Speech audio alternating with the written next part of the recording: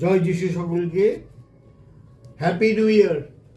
আমরা 2025কে বিদায় দিয়ে আমরা 2026-এ প্রবেশ করলাম।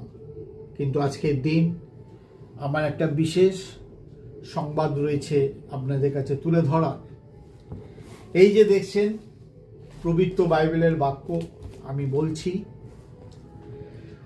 মথি লিখিত সুসমাচার 24 অধ্যায় 7 পদ। কারণ জাতির বিপক্ষে জাতি ও রাজ্যের বিপক্ষে রাজ্য উঠিবে। আমরা দেখলাম মথির মাধ্যমে 24 অধ্যায় 7 পদে কি বলছে।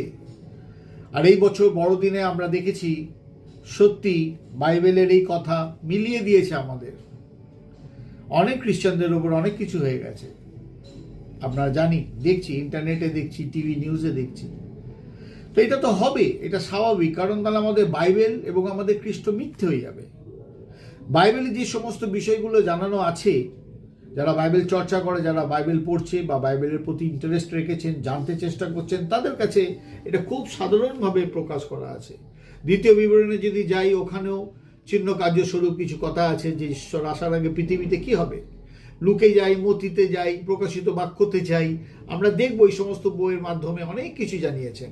তার মধ্যে আজকে লেটেস্ট যেটা আমি বললাম, মথি লিখিত সুসমাচার 24 অধ্যায় 7 পদের, যে এই কথাটা রিসেন্টলি আমাদের মধ্যে হয়ে গেছে বলে এই বাক্যর এই কথাটা আমাদের কাছে মিলিয়ে দিচ্ছে। আমরা দেখেছি প্রকাশিত বাক্য 6 অধ্যায় 7 পদে আছে যে মহামারীর সম্বন্ধে।